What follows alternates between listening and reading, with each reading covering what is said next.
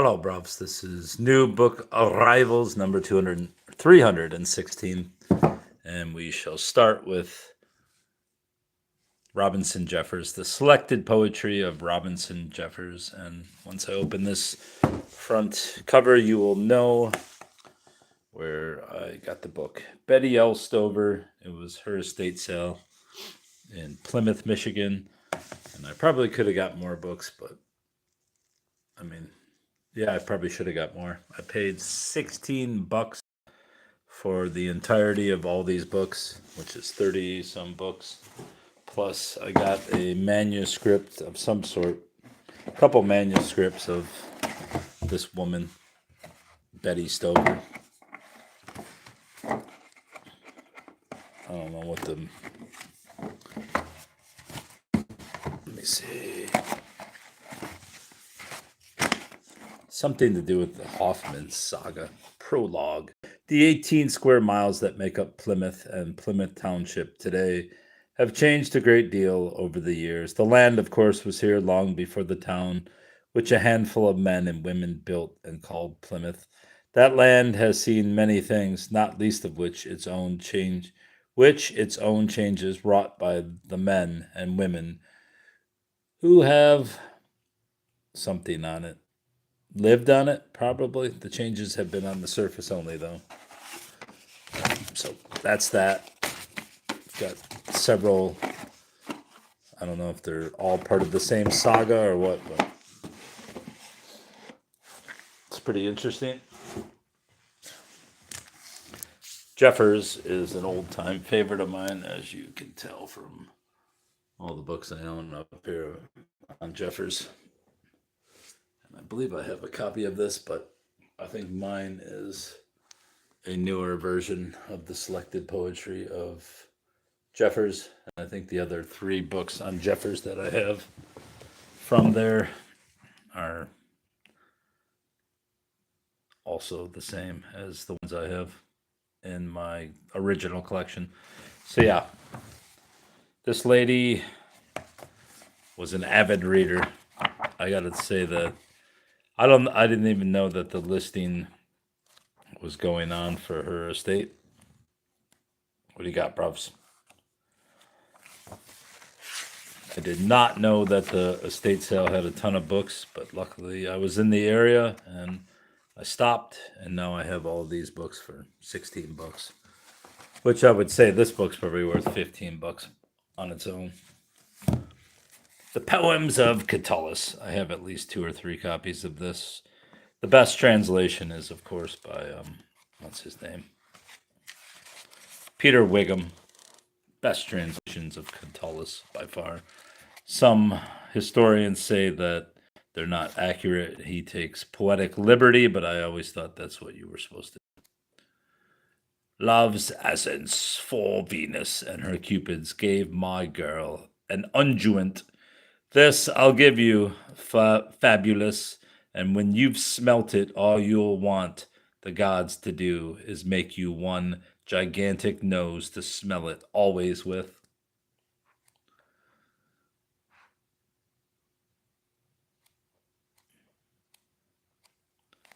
Curious to learn how many kisses of your lips might satisfy my lust for you, Lesbia. No, as many as are grains of sand between the oracle of sweltering Jove and Ammon and the tomb of old Batiades the first in Libya, where the silphium grows alternatively, as many as the sky has stars at night, shining in quiet upon the furtive loves of mortal men, as many kisses of your lips as these might slake your own obsessed Catullus dear, so many that no prying eye can keep the count, nor spiteful tongue fix their total in a fatal formula. Yeah, Catullus was the original E. E. Cummings, 84 to 54 BC. Another book I already have, but this one's in pretty good shape, so I don't think my other paperback copy is in this mint shape.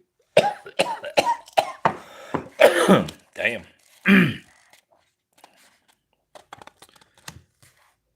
If you never heard of John McWhorter, he's a pretty good writer, and he's a linguist, obviously.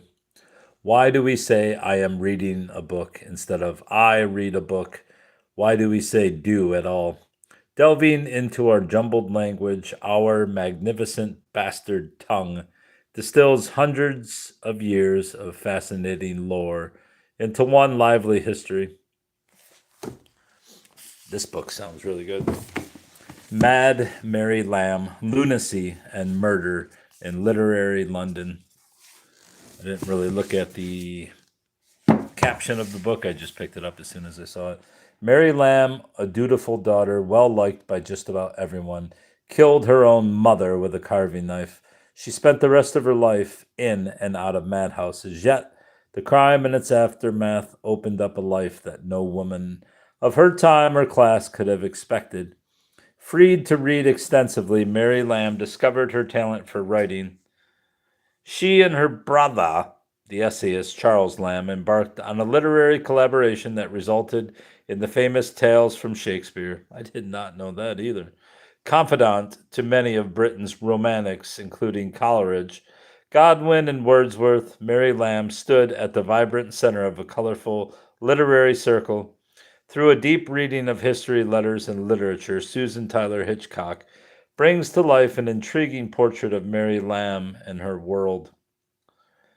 This narrative of a nearly forgotten woman becomes a tapestry of insights into creativity and madness, the changing lives of women, and the redemptive power of the written word.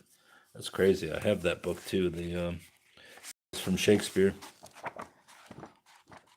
I always thought it was just a compilation of stories and or just like vignettes of plays and such, but apparently her and her brother compiled it.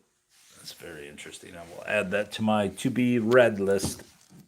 Frank Victor Dawes, Not in Front of the Servants, a true portrait of upstairs, downstairs life. What's this C about? Century. That's probably what it's about. Not in front of the servants. The fascination for details about the lives of servants was fueled by the successful television series Upstairs, Downstairs, and is reflected by the interest visitors express in the below stairs parts of country houses open to the public. This book documents the lives of the army of butlers, cooks, housemaids, gardeners, and outdoor staff that made possible a life of elegant ease for those born above the salt. About 1.5 million domestic servants were at work in Britain in 1891. That's a lot, honestly. What the hell was even the population? I mean, it's only, what, 40 million now? Or something like that? Or am I way under? An Elegant Madness, High Society in Regency, England by Venetia Murray. The Regency was one of the most romantic and turbulent ages in British history, spanning the French Revolution and Napoleonic Wars.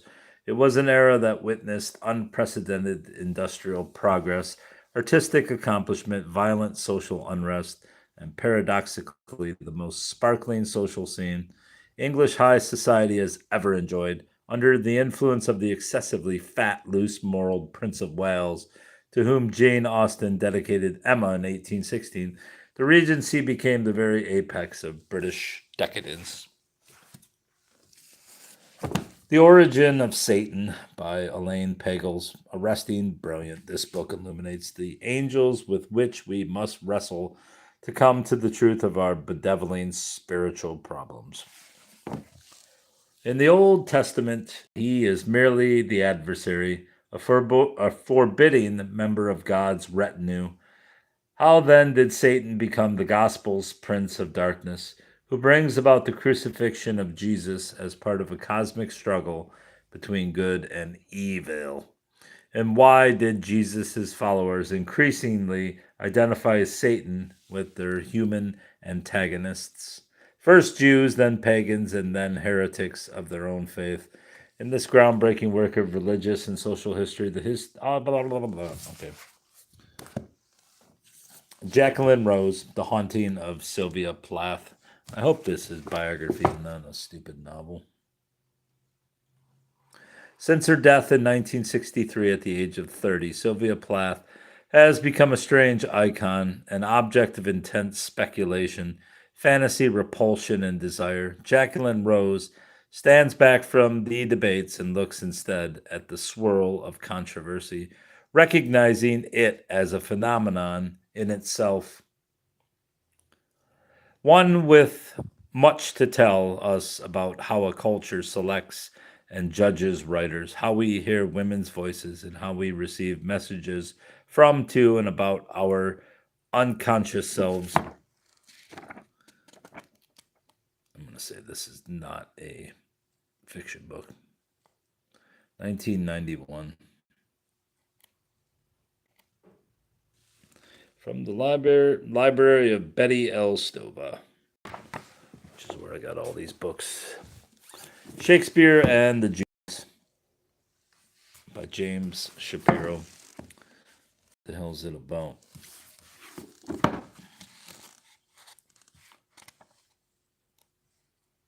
I haven't read much Shakespeare outside the sonnets, even though I have about 50 or 60 books on Shakespeare. But I assume he wrote a lot on the Jews, since there's a book called Shakespeare and the Jews. False Jews and counterfeit Christians, myths, histories, consequences, the Jewish crime, the pound of flesh, the Hebrew will turn Christian, race, nation, or alien, Shakespeare and the Jew Bill of 1753. I don't know. I have no clue what this is about, other than Shakespeare and the Jews. Children of the Albatross, Aeneas. I don't know how to say it. Is it Aeneas? I've looked it up 57 times and I always forget. Aeneas, Aeneas, Anus. I don't know what it is. Again, the library of Betty L. Stova.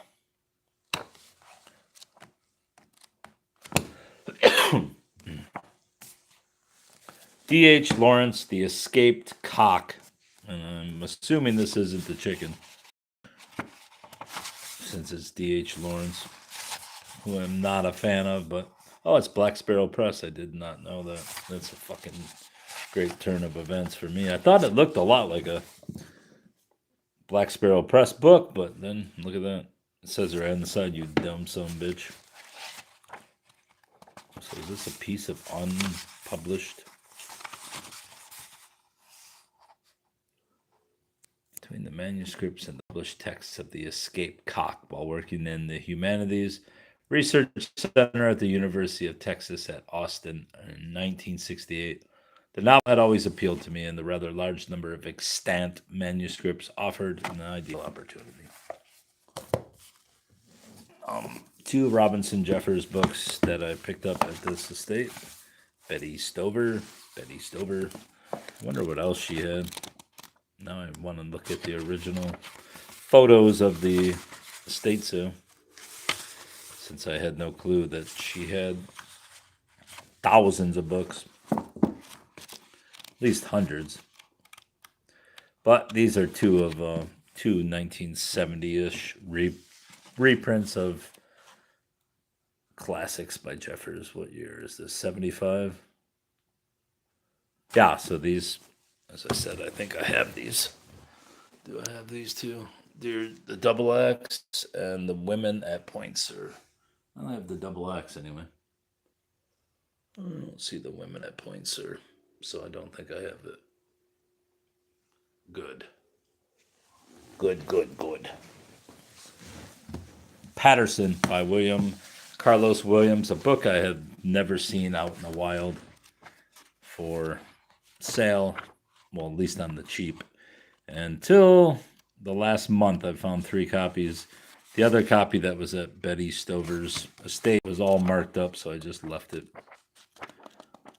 But this one is not bad, and I'll obviously sell 1 copy if I have 2. Patterson.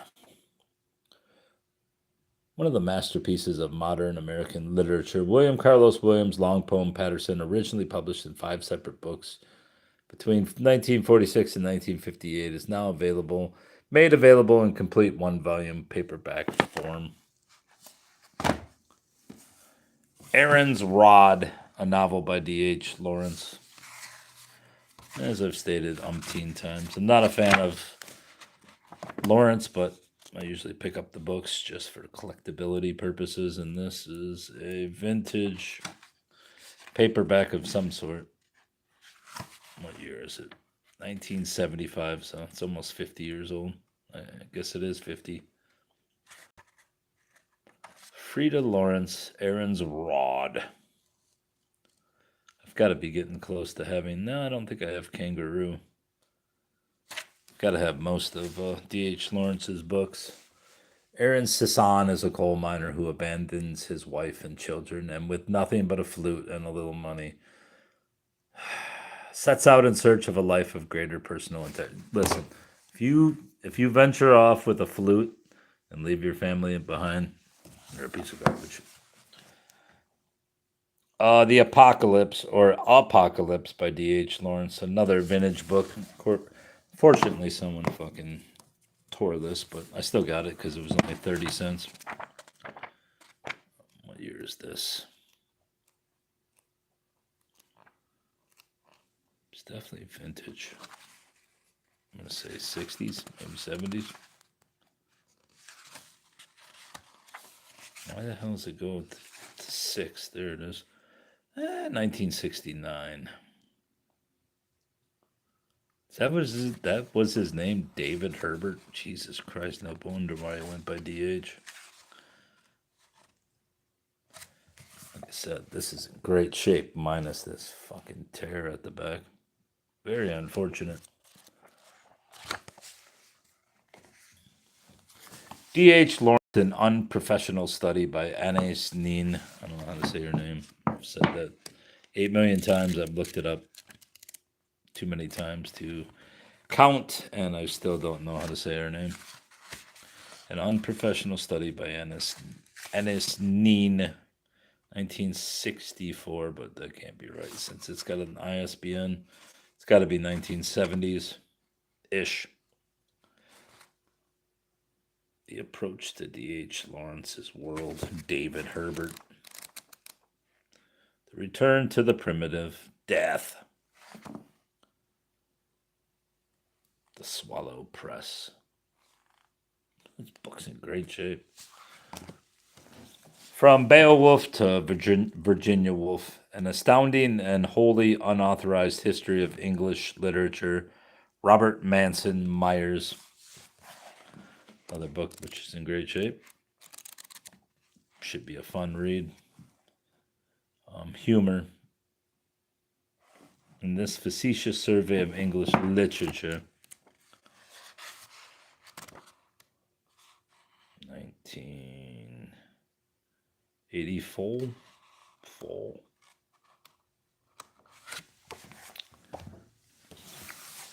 Maria, or The Wrongs of Woman by Mary Wollstonecraft, with an introduction by Moira Ferguson. A Vindication of the Rights of Woman is one of the most influential books ever published on women's rights, now with the publication of Maria, in which she pursues the theme set forth in The Vindication. Mary Wollstonecraft's most significant work of fiction is available for the first time in a modern edition, based in large part on her own experiences. The book was first published in 1798 after her death by her husband, William Godwin.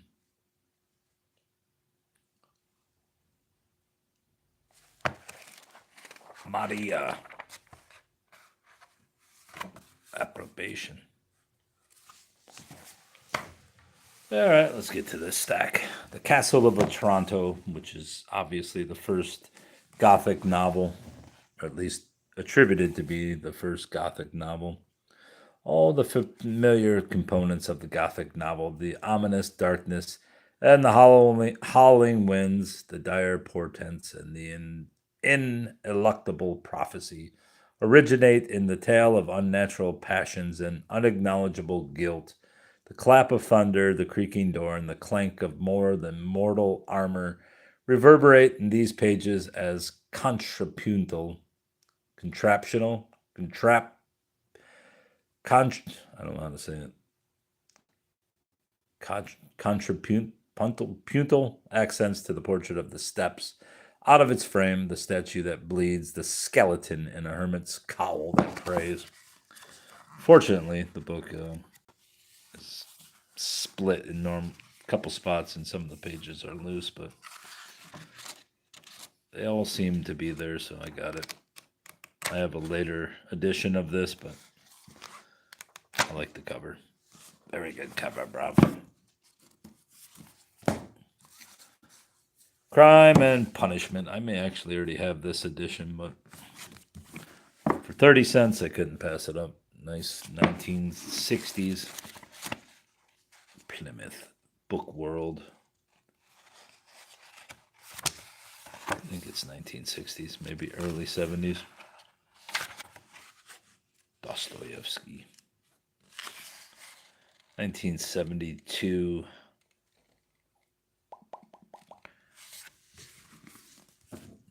The Collector, John Fowles. Fowles. Over 1 million copies sold. Perfectly brilliant. You'll be shocked, fascinated, and deeply moved. Borders Bookshop, and I'm gonna guess that this is one of the original Borders bookshops. What year was this published? 74.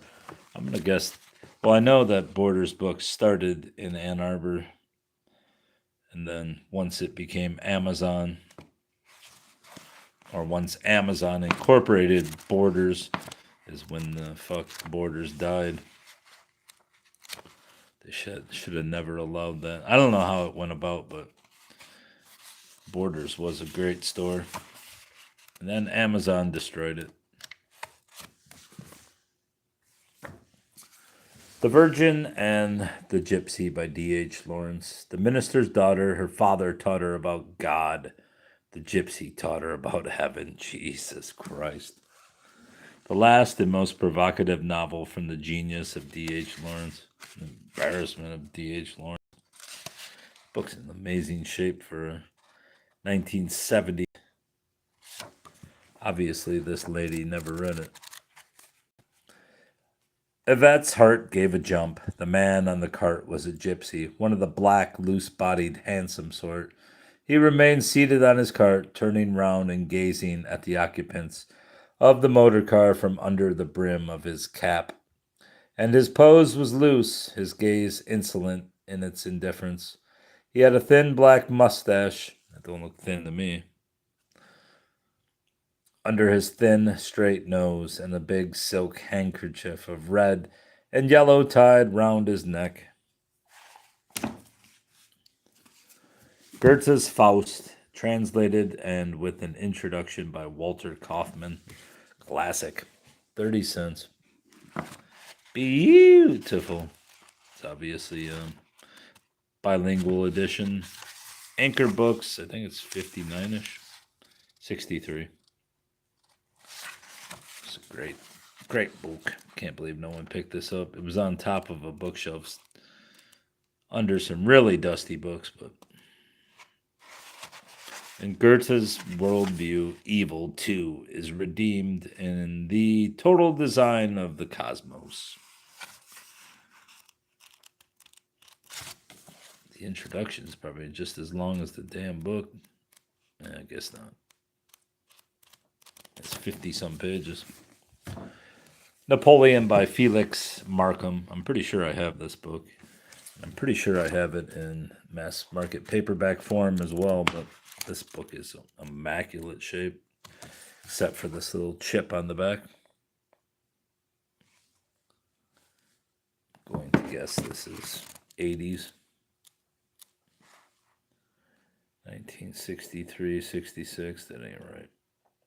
It's easily the 1980s.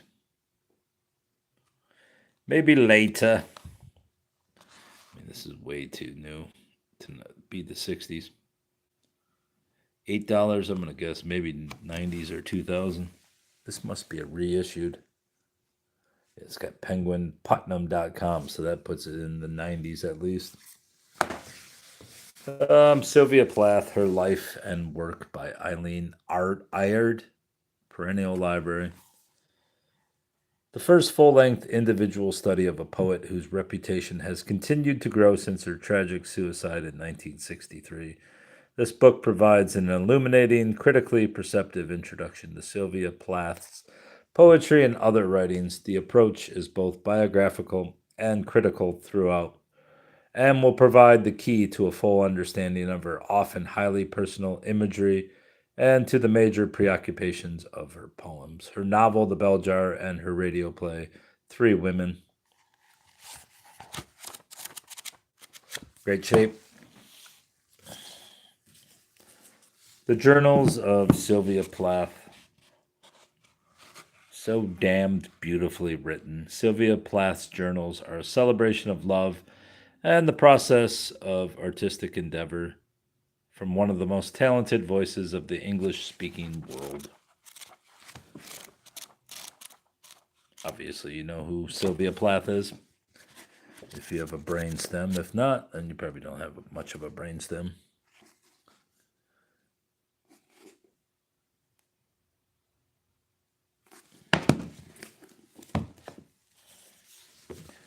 D.H. Lawrence, Saint Maur and the Man Who Died, a vintage book. Betty Stover, The Man Who Died. What the hell's on top of this?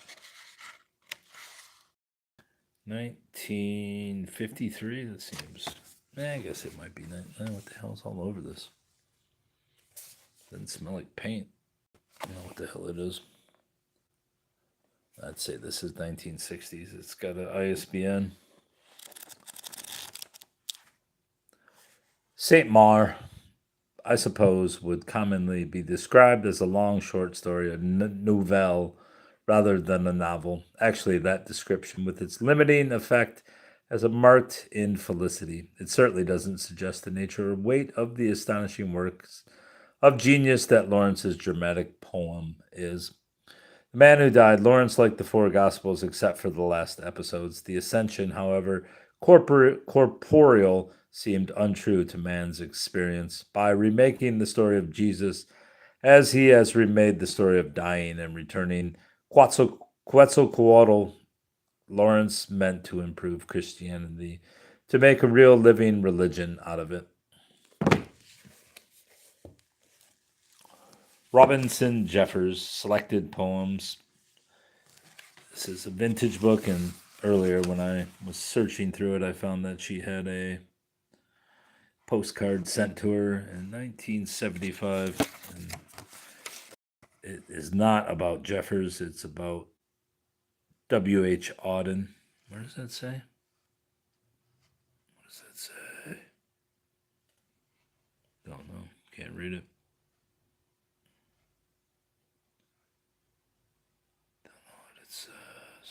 Anyway, and she also has one of the commemorative stamps. I don't remember what year this was from. I think early 70s, but you can see it left a nice, whatever that's called, transfer.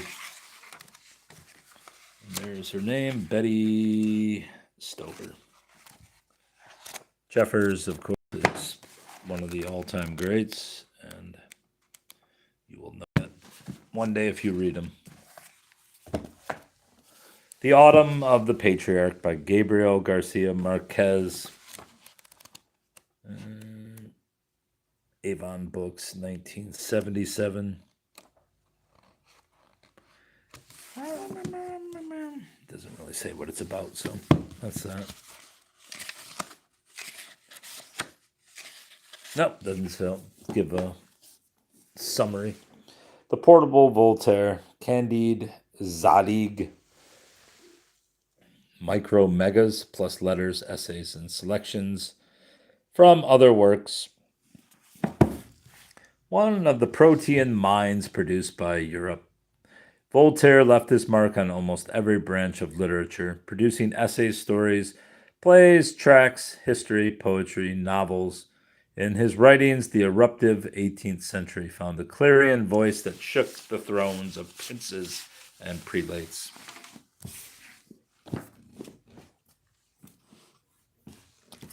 Andre Gide, I believe that's how you pronounce it. The Counterfeiters. Looks like some acid dream here. Was that? No, I thought it was an embryo or fetus.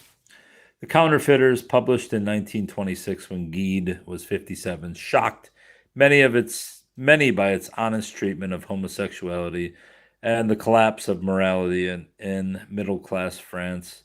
Its three themes: the problem of morals, the problem of the literary artist, and the problem of society are strikingly illuminated as the protagonist, a young artist, pursues the search for knowledge in the relationships of his own adolescent relatives.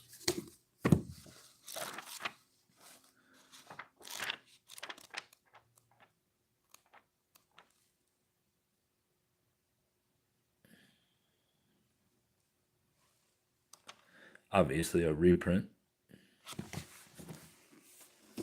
All right, two more. Wallace Stevens, The Palm at the End of the Mine, selected poems and a play, edited by Holly Stevens.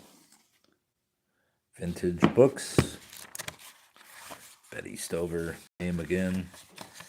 Vintage Books, a division of Random House. 1971. The Palm at the End of the Mind. Beyond the Last Thought rises in the bronze decor. The Man with the Blue Guitar. This lady was a notorious scribbler in these books. 13 Ways of Looking at a Blackbird. All were boring. To the roaring wind, what syllables are you seeking? Vocalissimus in the distances of sleep, speak it. That's rubbish.